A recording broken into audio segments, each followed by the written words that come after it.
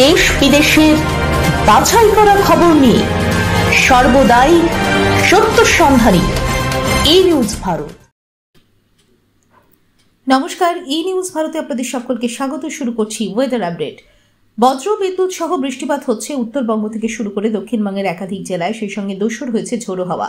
এছাড়া বৃষ্টি হবে বীরভূম, পূর্ব ও পশ্চিম বর্ধমান, বাঁকুড়া, হাওড়া, হুগলি, পুরুলিয়া ও ঝাড়গ্রাম জেলায়।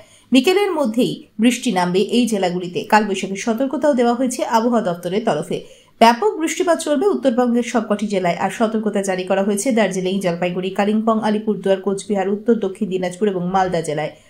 রাজ্য জুড়ে ঝড় বৃষ্টির অনুকূল পরিস্থিতি তৈরি হয়েছে। বৃষ্টিপাতের জন্য সতর্কতা জারি করা হয়েছে মুর্শিদাবাদ, নদিয়া, উত্তর ও দক্ষিণ 24 পরগনা, কলকাতা, পূর্ব এবং পশ্চিম মেদিনীপুর জেলায়।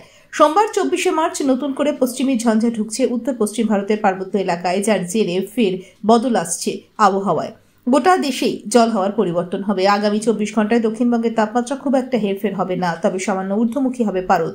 সোমবার থেকে তাপমাত্রা বাড়তে শুরু করবে। বুধবার এবং বৃহস্পতিবারের মধ্যে 3 থেকে 5 ডিগ্রি সেলসিয়াস তাপমাত্রা বাড়তে পারে। আজ কলকাতায় রৌদ্রোজ্জ্বল দিন। আজ কলকাতা ও তার পার্শ্ববর্তী অঞ্চলে দিনের সর্বোচ্চ তাপমাত্রা 29 ডিগ্রি সেলসিয়াস, সর্বনিম্ন 20 ডিগ্রি সেলসিয়াস। বাতাসে আপেক্ষিক আর্দ্রতার পরিমাণ 44%। ব্যুরো রিপোর্ট, ই নিউজ ভারত।